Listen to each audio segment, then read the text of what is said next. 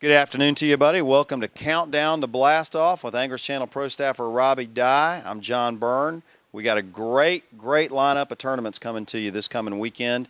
The last weekend of April, first weekend of May, really, because the 30th is Saturday, May 1st is Sunday. I got my cheat sheet here with my my iPhone and looking at the tournament tracker on anglerschannel.com. Robbie, holy cow, it's fishing season.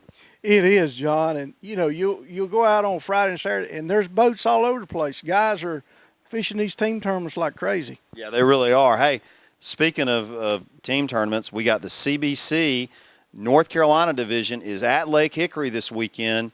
They've just had a tremendous season turnout-wise. I think they had 229 boats at Norman. I think they had 175 at High Rock.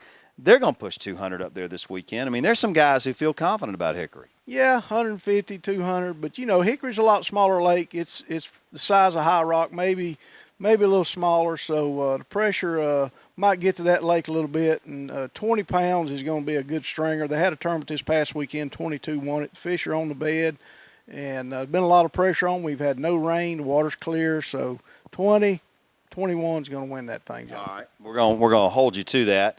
Now we're going to talk about the Elite Series guys. They're going to be at Wheeler Lake, where you're going to pre-fish. What are you hearing about Wheeler, and what do you think those guys are going to do down there? A lot of the fish have spawned out at Wheeler probably, and, the water's a little dingy. The shad spawn's going on, and might be a few bed fishing, a little bit of bed fishing, but like I say, majority of fish have bed out.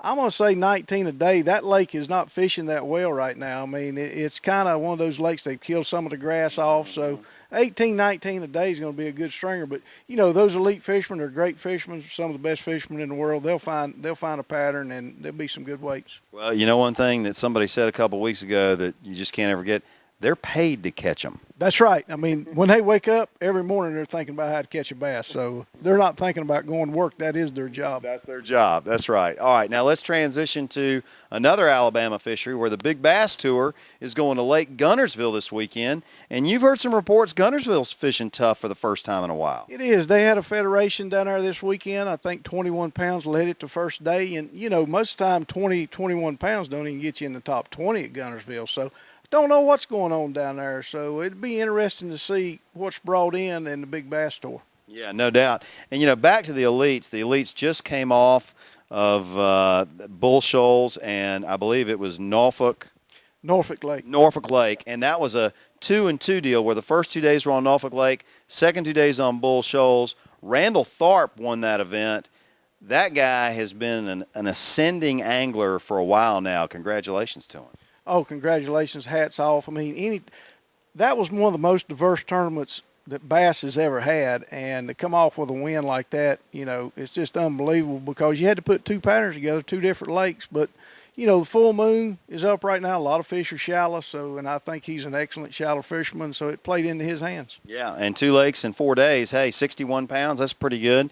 Last but not least, we've got we got a Bass Champs on Cedar Creek this weekend, and we just talked about Bass Champs being down on Falcon. Boy, there's some big fish on that trail. But really, it comes down to Wheeler and the Elites, and then I think this Big Bass Tour on Guntersville is going to be interesting.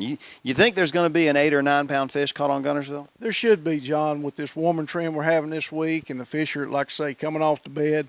Going to be some topwater action is going to be happening here in the next few weeks, and it's prime time to catch a big fish. So I'd say, maybe 11 or 12. Okay. And anything locally around here that you're tracking this weekend? Nothing really local. We do have a federation, Eastern Divisional, up at Douglas, going to be coming off next week, 180-some boats, so going to be heading up there. That's a great lake. God, what a beautiful place that eastern part of Tennessee is. Hey, good seeing you, man. Best of luck to everybody this coming weekend on the water. Be safe. We'll see you next week.